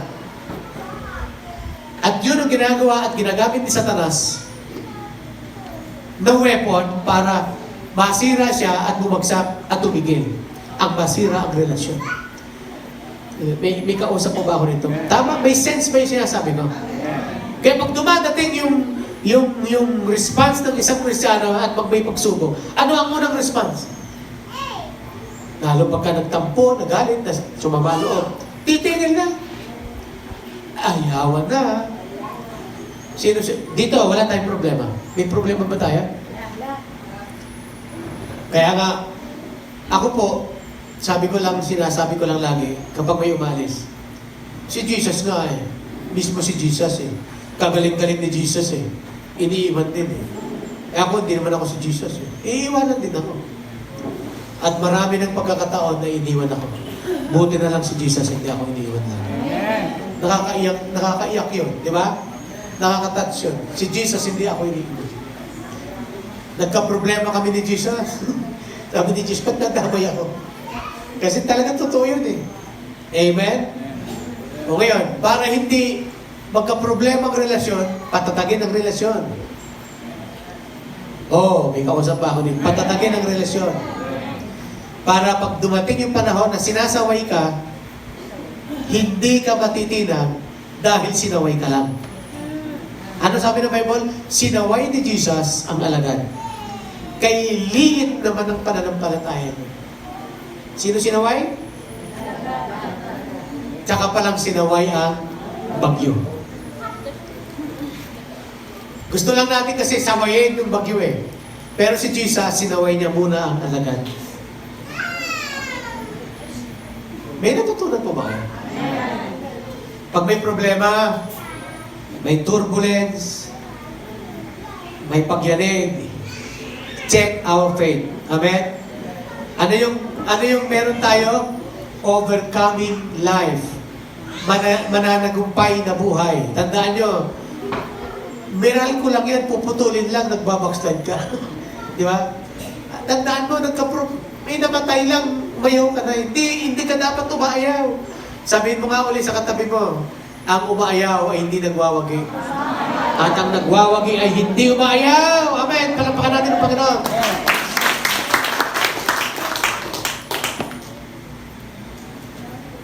Sabi ni Jesus, you're above the problem. Amen? You're above the storm. You're above your faith. And have an extra faith to Jesus. Amen? Ang pagsunod kay Jesus, suddenly may problema, tanggapin na natin yan. Yung mga taong umaayaw, umaalis, tingin kayo sa akin, ay katulad ni Jonah. Saan inutusan si Jonah? Sa Nineveh. Saan siya nagpunta? Sa Tarsis o Tarsus. Ulit. Ano raw ang taong umaayaw? Katulad siya ni Jonah. Ano ang konsekwens nung sumuway si Jonah? Kinain ng balyena. Ulitin ha? Baka hindi nyo mag-gets eh. Ang assignment ay Nineveh. Dito, Nineveh. Saan ang Nineveh? Pero saan nagpunta si Jonah? Tarsis. Dahil sa sumuway, anong nangyari? Kinain ng balyena. Sabi mo sa katabi mo, pag umalis ka doon sa assignment mo, kakainin ka ng balyena.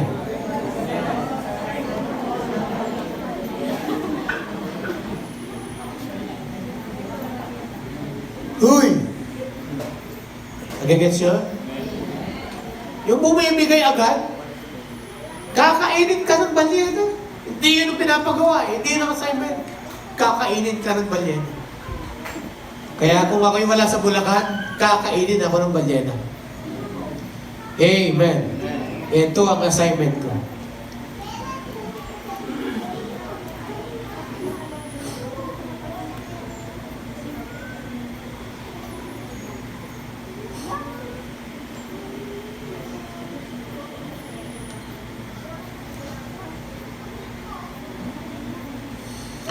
God or Jesus expect to use our faith.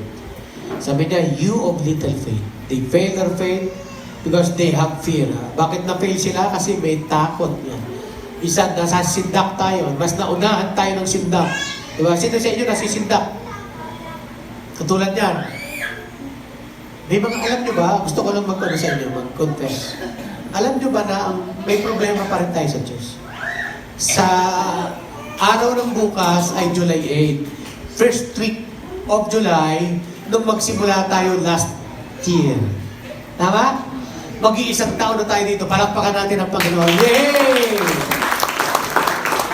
At alam nyo ba na nung tumuntong tayo ng last year dito, ay kalahating taon na tayong nagsisimulang magbayad. January pa lang, hanggang July na yun, nagbayad na tayo ng 6 months. Kaya, suma total, meron na tayong 1 year and a half sa lugar na ito.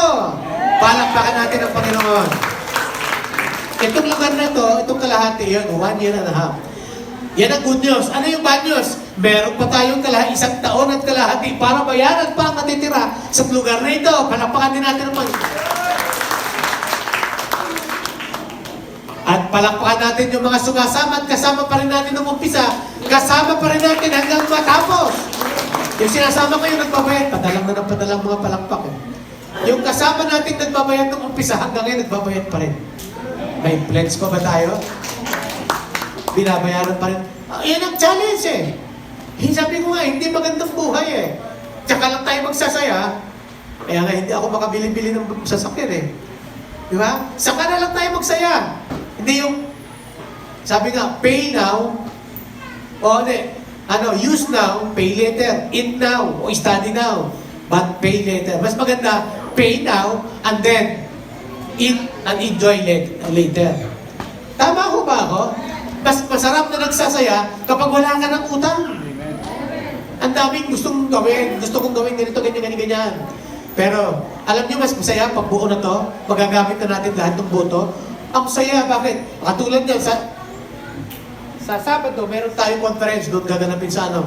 Ang liit na din ng lugar ni Pastor Siri, 250 lang ang kasya. Kaya 15 lang ang pwedeng umattend. May mga revival line tayong problema. Wala tayong lugar na maganda. Pero pag ito na nalagay natin, magkakasya dito kahit 350 to 400. Naniniwala ho ba kayo? Kaya mamadaliin natin to. Amen? Amen. So, sabi ko nga, hindi turbulence ay hindi tama ang good life, pero meron tayong kapayapaan habang sinusunod natin ang pinapagawa na sa atin ng Panginoon. And everybody said, hindi ka magkakaroon ng kapayapaan. Yung sinasabi ko nga kanina, hindi mapanatag yung Pastor Joseph tsaka yung kanyang asawa. Kasi hindi nila nagagawa talaga yung assignment nila ang magpasto at maglingkod sa Panginoon. Sabi ni Pastor, paano ko ikaiwan yung asawa ko? Ako ikaw may hawak na listahan ng lahat ng sigilin. Siya ang driver. Siya pupunta, paparin po. Hindi niya maiwan. Ngayon, sabi ko, hanggat di kayo humakbang, walang tatalon na kasunod kayo sa mga anak mo. Nung nagsimula kami tumalon sa pagkatawag na ito, hanggang ngayon, naglalakad kami sa ibabaw ng tubig. Bakit naglakas loob nung lumakad ng tubig si Pedro? Kasi nakita niya si Jesus lumakad sa ibabaw ng tubig. Kailan ka tatalon sa bangka o sa balsa? Pag alam mo na yung tatalunan mo ay malinaw. Malinaw na sa aking kaisipan ngayon na kahit talikuran ko yung pangarap ko, ang pinakamagandang pangarap yung pangarap ng Diyos sa buhay ko. At ang masunod ng misyon ng Panginoon, kasi yan ang God's cause. Yan yung sinasabing God's kingdom. Hindi importante yung personal. Amen? Tsaka na lang ang personal. Kaya sabi ko nga muna, fasting muna yung birthday nito. Amen? Amen. Pero sa bandang huli, along the run, kasama na nilang Panginoon, may pagsubok pa rin, may bagyo pa rin. Pero ang pinakamaganda, this time, kasama na nilang Panginoon. Pero, hindi kaya naisip ng mga alagad na kung mamamatay pala tayo dito, tinawag pa tayo ni Lord. Naging disciple pa tayo. Mamamatay lang din tayo dito. Sino ba yung kakontra sa akin? Oy! Ikaw bata, kaingay-ingay. Sobra, ha? Naiimig ka ba o nagagalit? Amen. Sabihin mo nga, hindi magandang buhay, pero mapayapang buhay, masayang buhay, dahil nasusunod ko ang Panginoon. Amen? Hindi ka taliwas sa Panginoon. Magdidemand ka sa Panginoon. Hallelujah. Magtatapos naman tayo.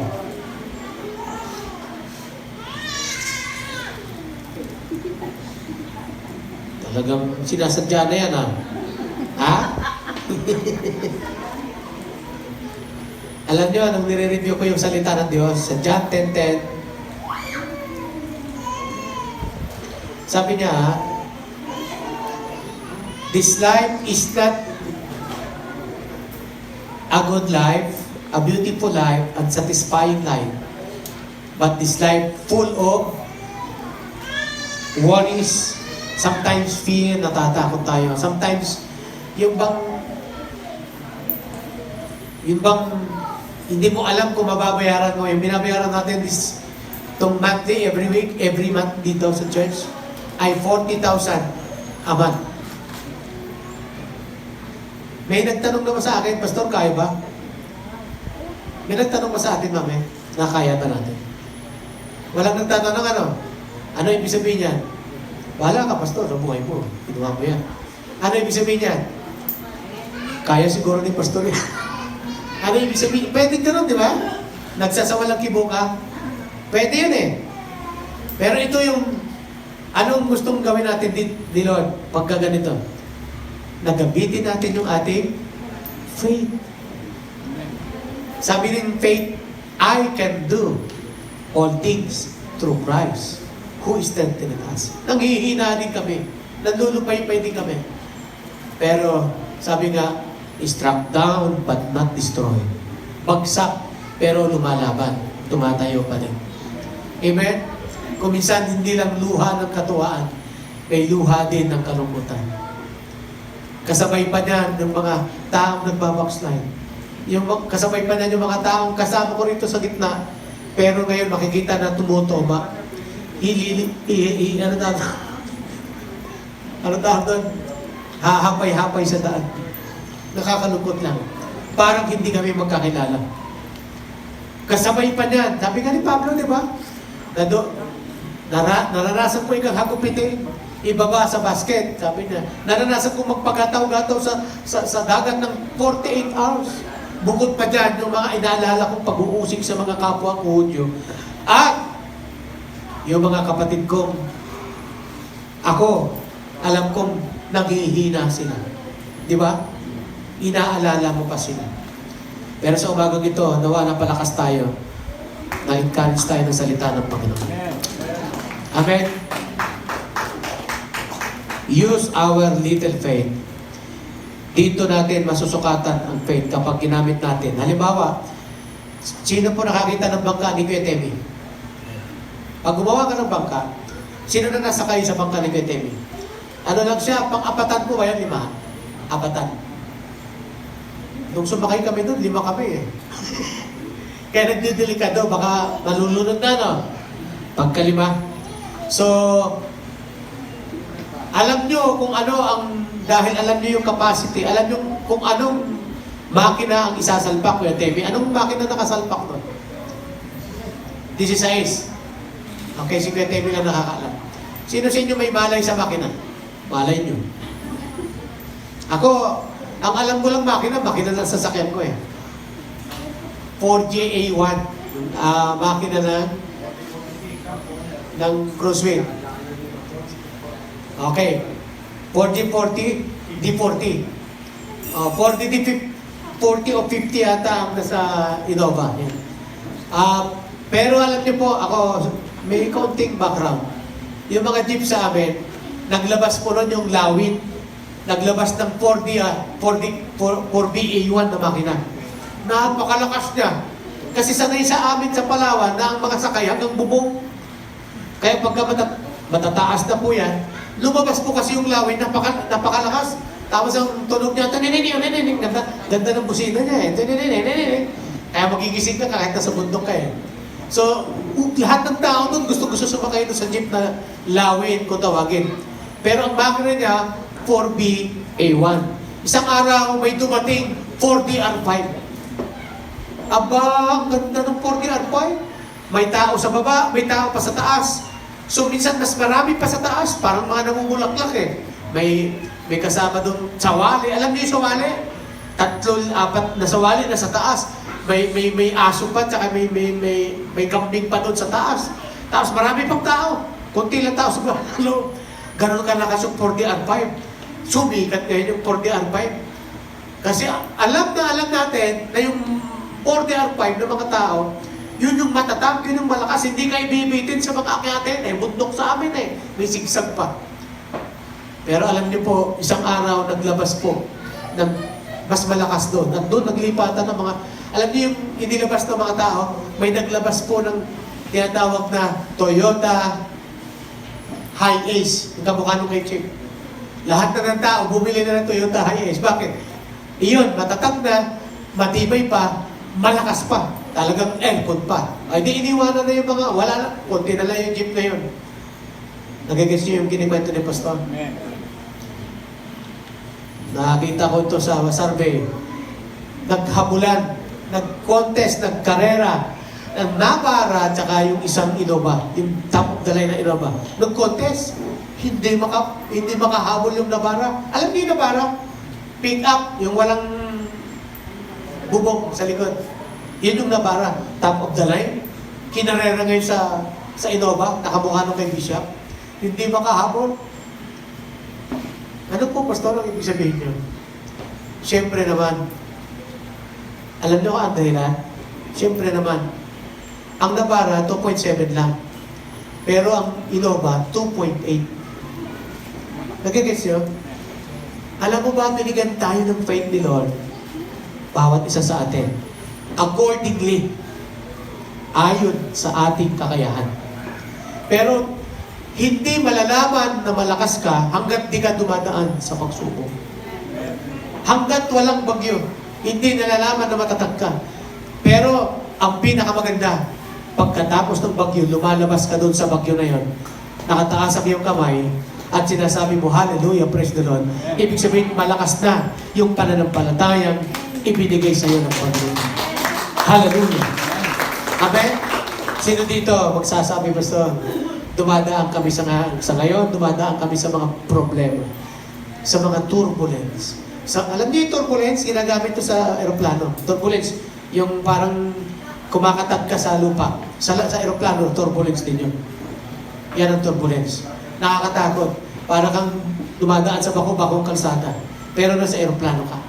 Pero alam niyo po, pagkatapos ng turbulence, isang panatag na paglalakbay ang matatanggap mo sa buhay. Dahil kasama mo, Panginoon. Hindi dahil nawalan ka ng pananampalataya. Hindi. Dahil ang nagsasabi na ikaw ay matatag, yung problemang dumaan sa iyo. Dumaan na kayo sa pag-aaway ng mag-asawa, dumaan na kayo sa problema sa anak, dumaan pa kayo sa problema niyo sa bahay, sa relasyon sa magkakapatid. Ano pa ang problemang darating na hindi mo makakaya? Amen? Lahat, sabi mo nga, lahat ng darating sa akin, kaya-kaya ko. Kaya-kaya ko, alang-alang kay Kristo nagpapalakas sa akin. Amen? Amen. Yan yung overcoming life. Nung pinag-aaralan mo yung overcoming life, the Zoe, the life of God, yung buhay na binigay ni Jesus. Sabi niya, eternal life, Zoe, possessed by divine being.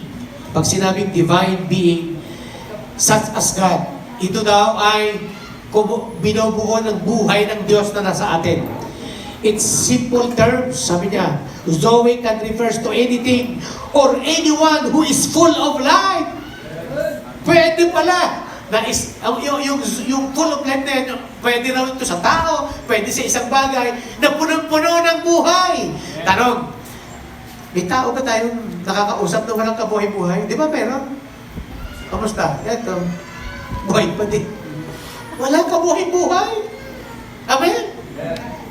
Kaya ang totoong buhay ay nasa Panginoon. John 5:40 sabi niya, ngunit ayaw niyong lumapit sa akin upang kayo'y magkaroon ng buhay. Kaya pala walang buhay o hindi tayo lumalapit sa Diyos. Oh, John chapter 5 verse 40. Kaya ayaw niyo nang lumapit sa akin upang kayo magkaroon ng buhay. Kaya sabi niya, sa aklat ng gawa, sabi niya, magsisidating. Pagkaalis ko, sabi niya, magsisipasok ang mababangis na asong gubat at walang patawad nilang pupuksain ang kawan. Nakikita niyo ba? Ano daw ang pupuksain ng asong gubat? Sino ngayon yung kawan? Kayo! Tayo! Tayo yung kawan! Ibig sabihin niyan, matitindi yung ating kakaharapin. Mabibigat. Grabe! Pupuksain nga eh. Sabi niya, at walang patawad nilang pupuksain ng kawan. Verse 30, mula na rin sa inyo, may lilitaw ng mga taong magsasalita ng kasinungalingan upang mahikayat na sumunod sa kanilang mga alagad. Uy, namulat yung isip ko. Totoo nga, nangyari ito sa church. Dito rin pala magmumula yung mga tao na yun na magsasalita laban sa amin. Nakikinig pa ho ba kayo? Saan daw galing? Saan nagmumula? Dito din, sa loob. Diba? Nagigits nyo na yung kung ano nangyari? Nakits nyo? Sabi niya, mula na rin sa inyo lilitaw mga taong nagsasalita ng kasinungalingan upang maghikayat sumunod ng kanilang mga alagad. Sabi niya sa 2 Peter chapter 2 verse 1, may darating sa gitna ninyo na huwad na guro. Ayan. May mga darating. Iyon ang mas matindi. May mga dadating sa atin sa loob natin na mga huwad na mga guro. Saan daw magagaling? Dito mismo. Dito mismo. Amen? Sabi mo nga, amen? Amen. Okay, alam niyo ba yung John 3:16? For God so loved the world that He gave His only begotten Son, that whosoever believe on Him shall not perish but have everlasting life. Amen? Ang everlasting life nito, eternal life, ito yung pinangako ni Jesus. Amen? It is not self-centered life. It reaches out and draws others in. Ito yung buhay na nag-aanyaya sa maraming makapasok din. This is a pattern of true love. Ito yung pattern ng totoong buhay at pagmamahal. The basis of all love relationship, when you love someone, sabi mo, I love someone. Kapag mahal mo raw ang isang tao, dearly, sabi niya, you are willing to give freely. Kapag mahal mo daw ang isang tao, willing ka rin ibigay ng libre ito to the point of self-sacrifice. hanggang sa huli, sabi niya, kaya mong ibigay yung sarili mo ng libre, di ba? At kaya mong isakripisyo ang buhay. Nagkwentuhan daw ang manok, tsaka ang baboy. Sabi niya, piyesta. Sabi niya, bagong taon, sabi niya, ano kaya ang may bibigay kong paglilingkod? Sabi niya, sabi niya, ang pinakamaganda, sabi niya, yun, simple lang naman sa'yo, pag nagbigay ka ng itlog, gagawin nilang leche plan. Kaya mag-itlog ka ng mag-itlog. Sa'yo, sabi niya, anong may bibigay mo? Nalungkot po, yung baboy. Alam niyo kung bakit? Ang kaya niya ibigay, ham lang naman. Nagagets niyo yung istorya? Ano daw kaya ibigay ng baboy? Hamon. Ham. Ano yung ham? Yung bigay niya. At ibig sabihin, mamamatay siya pag nag-donate siya ng ham. Pero yung manok, itlog lang. Buhay pa siya. Sabi, nakakaingit ka naman. Itlog lang ang ibibigay mo. Ako, pag nagbigay ako ng ham, hindi mo na ako makikita. Sino dito gusto mo manok ka? Sino gusto dito? Baboy. Yung baboy, magbibigay ng ham. Sabi mo nga, Lord, salamat dahil hindi ako baboy. Amen. Di ba? O, di ba? Pag nagmamahal daw, kaya niyang ibigay lahat. Sabi niya, God paid dearly with the life of His Son. Ang ibinigay ni Jesus ay ang Diyos, ay ang kanyang anak. The highest price He could pay. Ang pinakamataas na presyo na kaya niyang ibigay at ibayad. Jesus accepted our punishment. Tinanggap ni Jesus ang ating punishment. Paid the price for our sins. And then offered us the new life. Doon pa lang ay sulit na, no? At sabi niya, binayaran ni Jesus yung ating punishment na dapat sa atin. At binayaran niya yung ating mga kasalanan. And then, in-offer niya sa atin ang bagong buhay na siya rin ang nagbigay at nagdala sa atin. When we share the goodness with others, our love must be like Jesus. Kapag daw nag-share tayo sa iba, doon lang natin nararamdaman na nakikihati tayo sa pagmamahal, ng tunay na pagmamahal ni Kristo. Sinasabi natin sa kanila, Amen? The willingness of Jesus, willing to give up, and that is a love. Give up of our own comfort and security so that others might join us in receiving God's love. Para lang matanggap ang pag-ibig na walang hanggan ng iba, kaya natin i-share sa kanila yung pagmamahal ni Kristo. Amen. Pagkatapos ng lahat-lahat ng yan, hindi ako makapagmamalaki kasi nagbigay ako ng ganito, nagbigay ako ng ganyan. Ang pinakamagandang sukatan ng pananampalataya, yung pagkatapos ng bagyo, kaya mo pa rin magbigay ng iyong buhay, panahon, at paglilingkod. Sabi ng isang mga garan, what can I offer to you, my love, my Jesus? Sabi niya, nasa iyo na lahat. Yan sabi ni Jesus.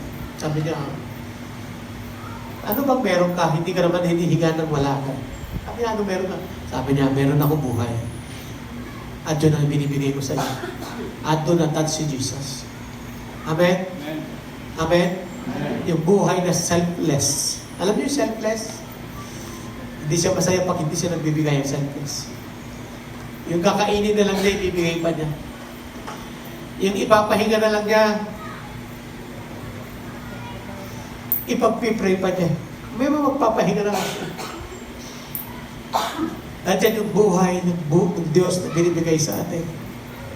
Sabi ko kanina, hindi ko pinagsisihan na maglingkod sa Panginoon. Kasi yung buhay na binigay niya sa akin, I give it and I live it to the maximum. Sabi mo nga, maximum. To the fullest. Yan. Kaya tama yung kanta ni Raymonds, take my life sa living sacrifice, holy and acceptable to you. Make my life. Kaya tama yung kinakanta natin. Alam niyo yung kinakanta natin, gusto ko paboritong kanta. Kung merong dahilang mangyari sa buhay natin, ang magamit ng buhay na yan sa Panginoon. The greatest things in all my life is serving Jesus. God, we bow our head and let's pray. Kailan mo pinagamit yung buhay na yan? Kailan mo pinagkait ang buhay na yan? Kailan pa magiging maximum ang buhay na yan sa paglilingkod?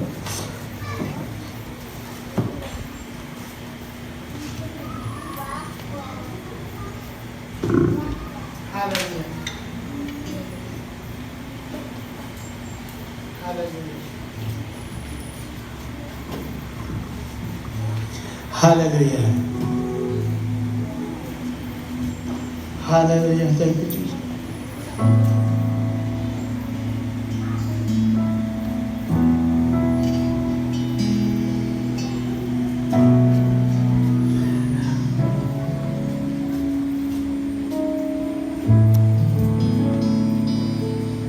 Sino dito willing kang magamit yung buhay mo sa Panginoon?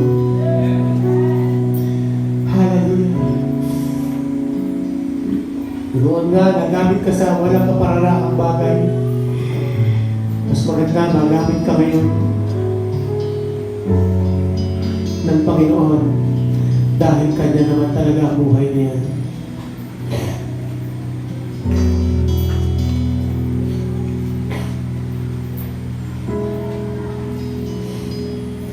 The greatest things in all my life is loving you. The greatest things in all my life is serving you. I want to serve you, Lord. I want to serve you, Lord. The greatest thing in all my life is serving you. Yung mga ilan dito na alam mo, dati nagagamit ka ng Panginoon. Kamusta ka ngayon? Hindi pa nakaya ng faith mo para pagtagumpayan ng mga problema. Nandito si Jesus.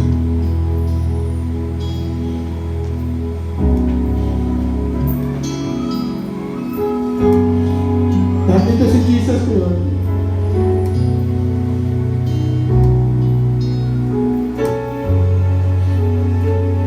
Hinihipo ka ni Jesus ngayon.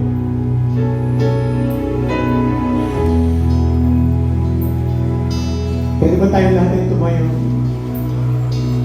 The greatest things in all my life is loving you. The greatest things in all my life is loving you. I want to serve you, Lord. I want to serve you, Lord. Sino ngayon yung alam mo, minsan ginamit ka na ng Panginoon, minsan tumatayo ka na, pero minsan naalingan ka pa, at minsan pinabagsak ka. Pero ngayong umaga, natin ito kaparto ngayon. At muli, sinasabi ko, magpapagamit ulit ako sa Panginoon. Hallelujah! Hallelujah! Pwede ba natin buksan yung ating kalagitnaan ngayon? Punuin natin ito. Lahat ng gusto magpagamit sa Panginoon. Muling magpalakas sa Panginoon. Nandito, bukas ang ating altar ngayon. Hallelujah! Habang inaawit natin ito, hallelujah, isuko mo lahat ng kabansahan. Isuko mo lahat ng alinlangan, lahat ng kapaitan. Isuko mo. Nandito si Jesus. Hallelujah. Hallelujah. Ang unang tinatawagan yung mga unang mga alaga. Minsan nag-serve ka na, pero alam mo, naghina ka, pero gusto mo